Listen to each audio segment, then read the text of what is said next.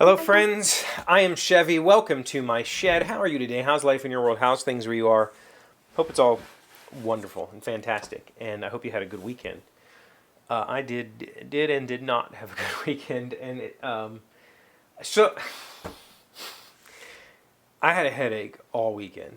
I have it right now still. It's it's a result of some medication that I'm taking right now. For just nothing major, but it causes headaches, and I knew that, and I took it anyway, and I was just in pain all weekend. It's not like a painful headache. It's a painful headache. That's not what I meant to say. It's one of those like really dull, all over headaches, and so while what I wanted to do all weekend was absolutely nothing. I wanted to just kind of lay in bed and let myself veg. Instead, what I did do was come down here and spend 5 hours making this. You can't see it, but you're currently being framed by it. This table for my daughter. And I do this. Like, it's a thing that I've done to myself. Do you ever hurt yourself intentionally to make yourself feel better? I feel like the answer to that is probably yes. I think we all do some semi-self-destructive things in our lives, but I tend to do it.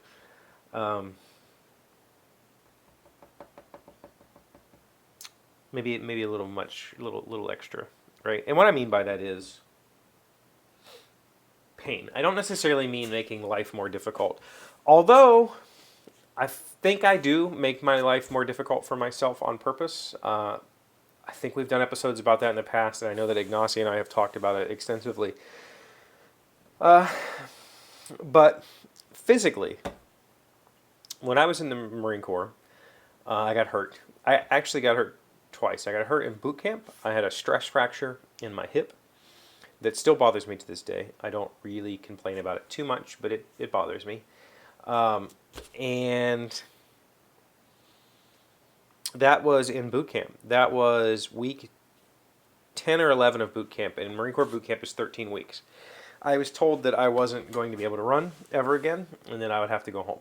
And I said, absolutely not. I am not leaving here, until I've been penned as a Marine. I put in 11 of the 13 weeks, like I wasn't walking away from that. So they agreed to let me stay, and I got put in a medical platoon, and I was there for 2.5 months. The maximum you're allowed to stay there is 3 months. And they told me if at the end of the 3 months, if I could run, if I could qualify, do the 3-mile run in under 26 minutes or whatever it was for an 18-year-old, I could stay. And at 2.5 months, I did it. I took about, I don't know, a couple thousand milligrams of, probably like 4, 5, 6,000 milligrams of ibuprofen, about 2 hours before running, and I ran it. And I did it. And I cried the whole time. But I did it. I succeeded. And I went on to be a Marine. And my hip bothered me ever since. I was not a very good runner because of that. And at some point along that way, I ended up wrecking my knee. And my knee causes me a lot of problems. I have torn meniscus, just arthritis, osteoarthritis in my knee, and it causes me a whole lot of problems. It seizes up sometimes. It's really achy all the time. Sometimes it's really sharp pain that causes me to limp. It's terrible. And my method of dealing with that, when it would start hurting, would be to just go run. Like, fuck it, I'm just going to go run. And that's how I'm going to deal with this pain. And it never helped, not once. But I still did it anyway. It was just kind of a way of punishing myself. And I think that's what I was doing this weekend. This headache was making me grumpy. I had the kids here, and I just couldn't interact with them because I was kind of pissed off about everything, and I felt really bad. I don't want to be that dad that is just constantly aggressive.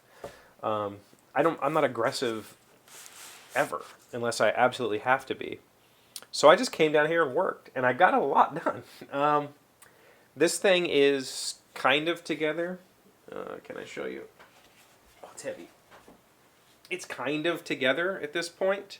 It's upside down right now. This would be where the top fixes. The legs are here. There's a stretcher here where a bottom shelf will go across. I added I don't know if you can see it on camera. I added recessed blocking for putting some feet levelers, so this can be leveled on her hardwood floor.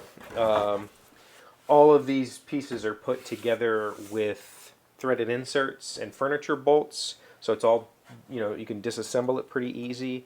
I put a lot of work into this thing this weekend, and I got it really close. There's a few things I need to do, and I think that a lot of what I'm talking about is kind of the product of how I deal with pain. Because I came down here and I was doing this kind of out of spite, I ended up making some interesting decisions and some interesting mistakes that I have fixed.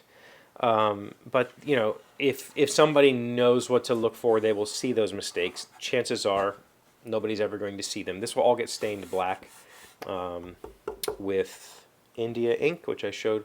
I did a little test sample. It's a really beautiful look on pine. I really like India ink on pine. So this all gets stained black, and then the top will be left natural with some probably shellac finish. There are still some swirl marks for my sanders, so I need to go over this all again with hand paper. Hand paper? Hand sanding? But I did this kind of out of spite because I was upset, because I was hurting. And because of that, I made some mistakes. And part of it is, like I showed you last week, there's no plan here. This is just off the top of my head, I made this table. And it's going to turn out to be significantly nicer than I was expecting it to be. I think she's going to be really, really happy with it. She's already seen it. Obviously she was here and is happy with it. But I'm just curious to know, like, how do you deal with pain? Especially when it's pain, and I'm talking physical pain. This isn't how I deal with emotional pain. I tend to deal with emotional pain by shutting down. That is one of my many, many flaws, is that I tend to shut down and shut people out of my life when I'm emotionally hurt. But physical pain, how do you deal with it? I tend to punish myself, and I feel like that's not the correct way to deal with pain. Anyway, that's what I have for you today. I did not know what else to talk about. I might talk about this bench further in a little video somehow, some way. If anybody's interested in that, let me know. It's extremely basic, and I didn't film any of it, and I loved that. So, yeah, let me know if you want any details about it. I think it's going to turn out to be a pretty nice piece, fairly defect-free. Yeah, that's what I have. Thank you for being here as always. Thank you for liking, commenting, subscribing, being amazing friends, wonderful people. I really appreciate you, and I'll see you again tomorrow. Today's word you should know to sound smart is indite. It is a verb meaning to write or compose a literary work. But if both for your love and skill your name you seek to nurse at fullest breasts of flame, Stella behold and then begin to indite. Sir Philip Sidney, an English courtier, soldier, and poet. Indite, I-N-D-I-T-E. So not indict as in like try somebody for a crime. Is that what indicting is, or accuse somebody? But I want to talk about, what is an English courtier? Like, he courts people for a living? Like, how do you...